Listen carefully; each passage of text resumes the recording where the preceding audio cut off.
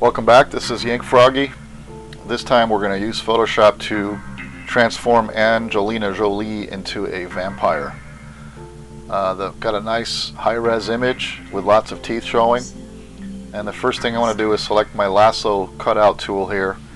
And I'm going to make her ears pointy, kind of like Spock.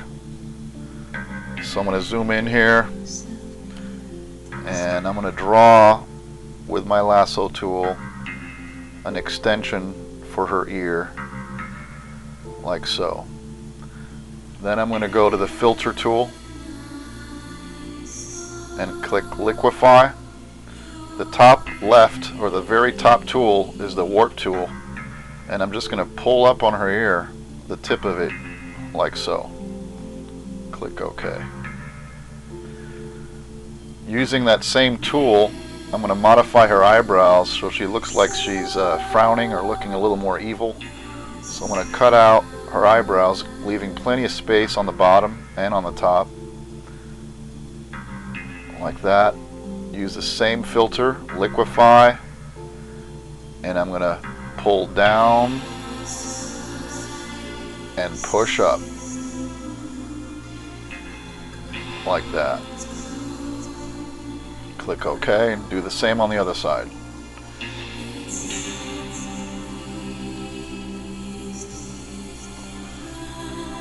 Filter, liquefy, push up on this side and down on that side. Click OK. Alright, now since we're working on her eyes, vampires are they're dead beings, I guess, so I want to take some color around her eyes, take away some of that flesh color. So I've chosen my sponge tool and I'm just sponging away some of the pink flesh color around her eyes. Don't take the color out of her eyes themselves, just stay outside the eye, like that. Give her kind of a dark shadows around her eyes.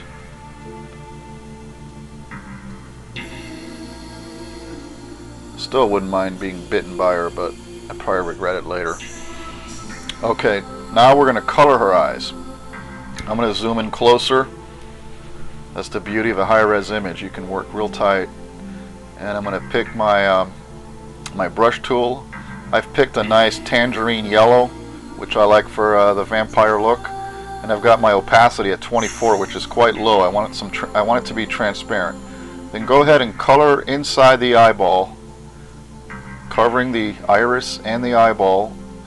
Don't pick up your brush till you've laid all your color down. You don't want two coats, just one layer. Stay inside the eyeball.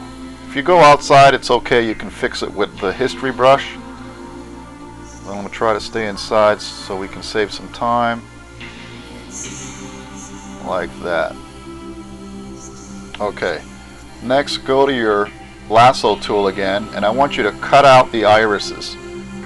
Be careful and stick right to the edge of the iris and cut it out. Then go to Image, Adjustments, Brightness, Contrast, and pump up the contrast till it starts to glow like fire, like that. Isn't that a great, eerie, creepy look to it? You want the center to be black, so the contrast is almost all the way up in this image. And do the same to the other side.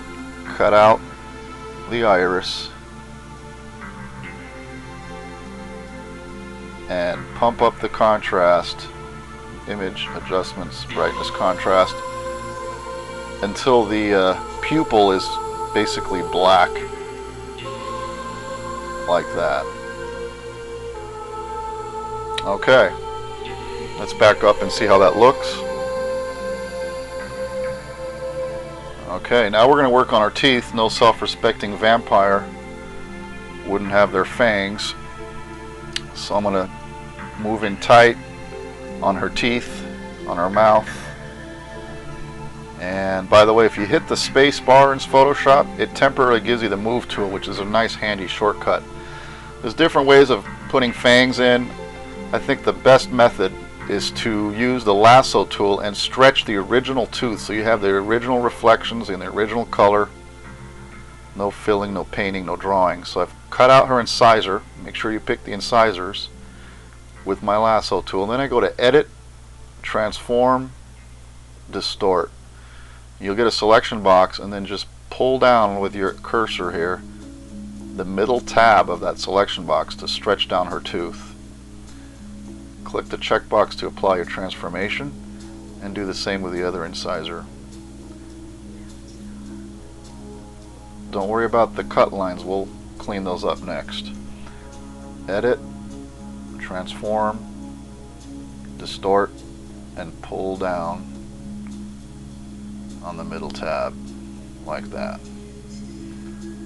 Okay, now I'm going to go to my history brush right here. The history brush restores the original image underneath, and I want to set my opacity basically up all the way up, and I'm going to repair, see, my cut lines. I'm just going to go over them and it's going to obliterate them out. Now with that same tool I'm going to shape the fangs.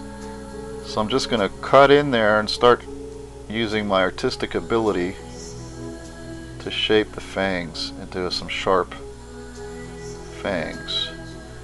Now if I had, I'm limited by time, otherwise I would refine this step. But you get the idea of how effective it is to basically stretch the tooth out and then just shape it with the history brush, like so. Alright, now we're going to add some blood. First I'm going to stain her teeth. I don't want blood on the teeth necessarily, it would obliterate them out. I don't want a bright red, I want a burgundy red. And click OK.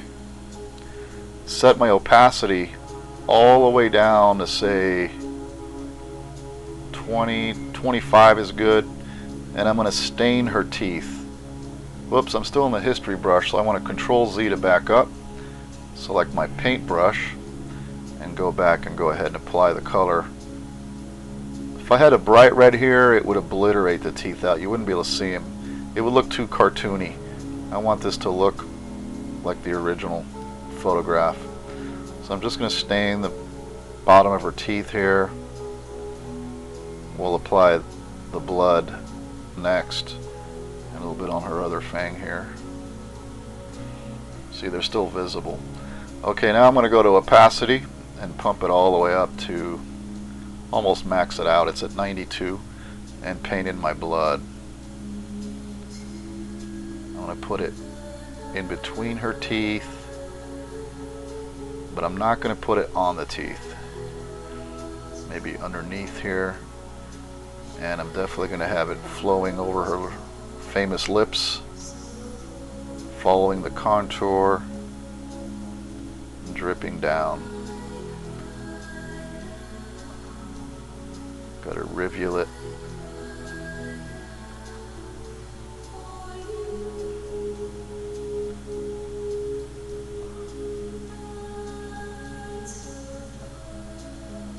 Like so.